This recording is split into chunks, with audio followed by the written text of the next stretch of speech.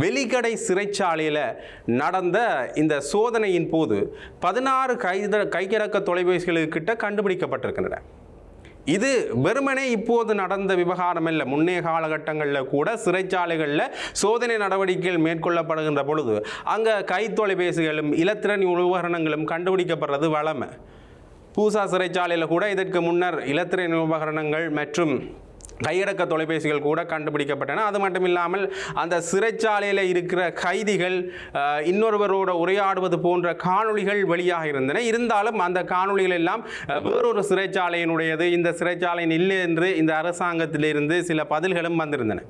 இருந்தாலும் கூட அண்மையில் இந்த ஆய்வு நடத்தப்பட்ட அல்லது சோதனை நடத்தப்பட்ட சிறைச்சாலையில் மிக பிரதானமான அரசியல்வாதிகள் என்று சொல்லப்படக்கூடிய சில அரசியல்வாதிகள் இருந்திருக்கின்றார்கள் என்கிற தகவல்கள் வெளியாக இருந்தது. குறிப்பாக துமிந்த சில்வா, மஹிந்தானந்த அழுத்கமகே தேர்தலுக்கான பணத்தில் மோசடி செய்தார் என்கின்ற விவகாரத்தில் அவர் கைது செய்யப்பட்டிருந்தார். அதே விவகாரத்தில் தான் நளின் பெர்னாண்டோ கூட கைது செய்யப்பட்டிருந்தார். அந்த அரசியல்வாதிகள் கூட இந்த வெலிக்கடை சிறைச்சாலையில் கே பிரிவில் சோதனை நடத்தப்பட்ட இடத்துல தான் அவர்கள் தடுத்து வைக்கப்பட்டிருந்தார்கள், அவர்கள் கைது செய்யப்பட்டு வைக்கப்பட்டிருந்தார் என்ற தகவல்கள் வெளியாக இருந்தன.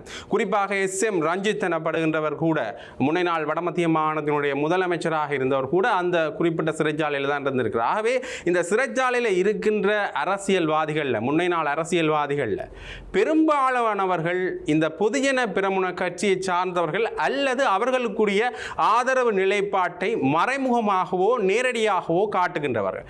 கிட்டத்தட்ட இந்த சிறைச்சாலையில் இருந்து எடுக்கப்பட்ட கையடக்க தொலைபேசிகள் இவர்கள் தொடர்புபடாததாக இருந்தாலும் கூட இந்த அரசியல்வாதிகளுடைய சிறைச்சாலைகள் என்று பார்க்கின்ற பொழுது முன்னை நாளில் அரசியலில் ஈடுபட்டு தவறு செய்து பின்னர் அவர்கள் சிறையில் அடைக்கப்பட்டவர்கள் என்ற சிறைச்சாலைகளில் பெரும்பாலும் கையடக்க தொலைபேசிகள் கைப்பற்றப்படுவது வழமைதான். ஏதோ ஒரு வகையில் இது அவர்கள் சார்ந்ததாகத்தான் இருக்கும் என்கின்ற விமர்சனங்கள் தொடர்ந்துமே முன்வைக்கப்பட்டு கொண்டு வந்திருக்கின்றன.